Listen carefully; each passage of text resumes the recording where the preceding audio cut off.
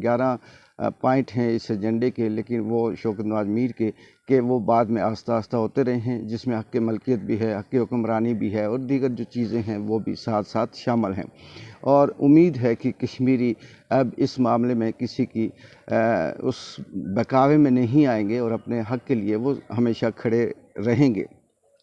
آگے بات کرتے ہیں خاص کر کے باغ کے جو حافظ طارق صاحب تھے، جو انجمن تاجران کے 2 حصوں میں تقسیم ہیں۔ وہ یہ کہہ رہے تھے کہ جی ہم اب کسی قسم کی وہ نہیں کرتے، اجازت نہیں دیتے، یا ہم اس احتجاج کی اب میں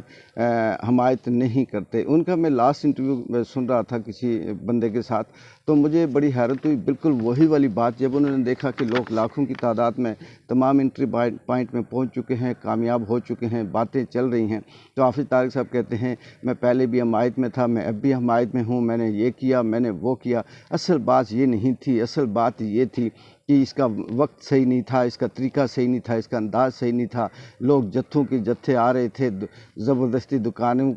شٹروں کے اوپر ڈنڈے مار رہے تھے، زبردستی بند کروا رہے تھے۔ حافظ صاحب ایسی دلیلیں اس سے پہلے بھی ہزاروں لوگوں نے دی ہیں کہ جب کوئی طاقتور اپنی طاقت کا استعمال کرتے ہوئے ہار جاتا ہے، ناکام ہو جاتا ہے، تو پھر وہ یہی کہتا ہے کہ مجھے اس سے اعتراض نہیں تھا، میں صرف یہ کہہ رہا تھا کہ اس کا بولنے کا انداز ٹھیک نہیں تھا، اس کا بیٹھنے کا انداز ٹھیک نہیں تھا، یہ ایسے نہیں تو ایسے بات کرتا تو میں شاید مان جاتا۔ یہ دلیلیں ساری ہیں، لیکن چلیں اللہ تعالیٰ کہیں نہ کہیں سے بندے کو ایکسپوز بھی کرتا ہے، اور اس کی طاقت جو اصل عوام کے اندر جو مقبولیت، جو پذیرائی، جو محبت ہوتی ہے، وہ کہیں نہ کہیں ختم ہونے کے لیے اس کا اپنا ہی کردار ہوتا ہے۔ وہ لوگ جو آپ کو کیا سمجھتے تھے، اب آپ نے خود ہی اپنے ساتھ کیا کیا یہ سب جانتے ہیں۔ کون زبردستی آ رہا تھا، کون زبردستی بند کروا تھا، یہ سب کچھ ریکارڈ کے اوپر موجود ہے، اور کچھ ایسے لوگ بھی جو بیچارے بے بس تھے، چاہے ان کا تعلق لوکل گورنمنٹ سے ہو،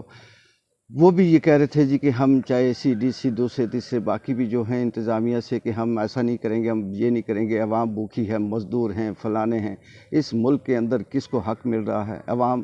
پہلے کون سا آپ انہیں سر پہ اٹھا رہے ہیں، پہلے کون سے آپ انہیں مراتب دے رہے ہیں؟ مزدور ہے، وہ کیسے نہ کیسے مزدوری کر رہا ہوتا ہے، پہلے بھی بھوکا سوتا ہے، آپ کو پرواہ نہیں ہوتی، لیکن جب کوئی حق کی بات کرے تو آپ کو عوام، مزدور، غربت، غریب اور سونا اور یہ چیزیں ساری یاد آ جاتی ہیں۔ آگے چلتے ہیں جی۔ یہ جو انٹری پوائنٹ بند کیے گئے ہیں،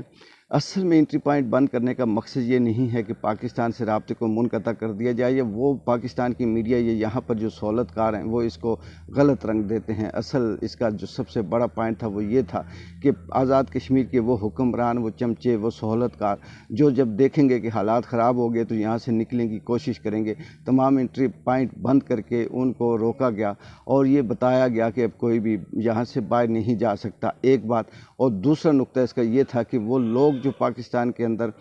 وہاں سے فورسز کی صورت میں آتے ہیں، جیسے پہلے رینجر تھی، ایف سی تھی، آ کے سیدھی گولیاں مارتے ہیں، لوگوں کو ہراساں کرتے ہیں، کہیں نہ کہیں سے انتشار پھیلاتے ہیں، ان کے لیے یہ سب کچھ رکاوٹ تھی۔ اس کا مطلب کوئی ایسا نہیں تھا کہ عام آدمی کو مشکلات ہوں یا اس طرح سے بات کی جائے۔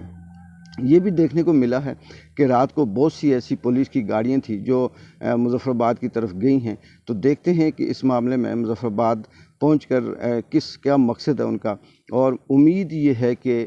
جو آج کا دن ہے سنڈے کا، اس میں اگر کوئی مذاکرات کامیاب ہوتے ہیں تو ٹھیک، نہیں تو پھر شوکت نواز میر اور عوامی ایکشن کمیٹی کے جتنے بھی عہدیداران ہیں، ان کا اگلا جو قدم ہوگا، جو اگلا لائحہ عمل ہے، وہ یہ ہے کہ اسمبلیوں کا گھیراؤ کرنا، اور پھر یہ چودھری برادران، یہ جو چودھری سرکار ہے، اسے تو ویسے استعفیٰ دے دینا چاہیے۔ شرم آنی چاہیے چودھری انوار الحق کو کہ وہ ابھی بھی اس آزاد کشمیر کے ادھر چپکا ہوا ہے اور اپنے آپ کو عوامی یا جمہوری نمائندہ سمجھتا ہے۔ اس سے بڑی شرم کی بات اور نہیں ہے۔ انشاءاللہ تعالی دن کے وقت جیسی کوئی اپڈیٹ آتی ہے آپ کے ساتھ شیئر کریں گے۔ ابھی صرف اس وقت تک کہ صبح کا وقت ہے، ابھی مذاکرات جاری ہیں، لوگ اٹھ رہے ہیں، دیکھتے ہیں کہ آنے والے ٹائم میں کیا اپڈیٹ ہوتی ہے۔ لیکن وہ سہولت کار جو اس وقت منہ کالا کیے آئیں بائیں شائیں کر رہے ہیں، ان کو بھی آپ جان کے رکھیے گا، چاہے وہ سوشل میڈیا سے تعلق ہو، اس کا مین اسٹریم میڈیا سے ہو، تاجران سے ہو، شہریان سے ہو، یا کسی بھی سیاسی پارٹی سے ہو، ان سب کو آپ نوٹ کر کے رکھیے گا، اور خاص کر کے پاکستان کی جتنی بھی مین اسٹریم میڈیا ہے اس کا بائیکاٹ کیجیے گا، اور اپنے آپ کو صرف اپنے حق کے لیے، اپنے خطے کے لیے، اپنی عوام کے لیے سہارا بھی بنے، آواز بھی بنے۔ اقبال جنجو کو اجازت دیں، اللہ حافظ۔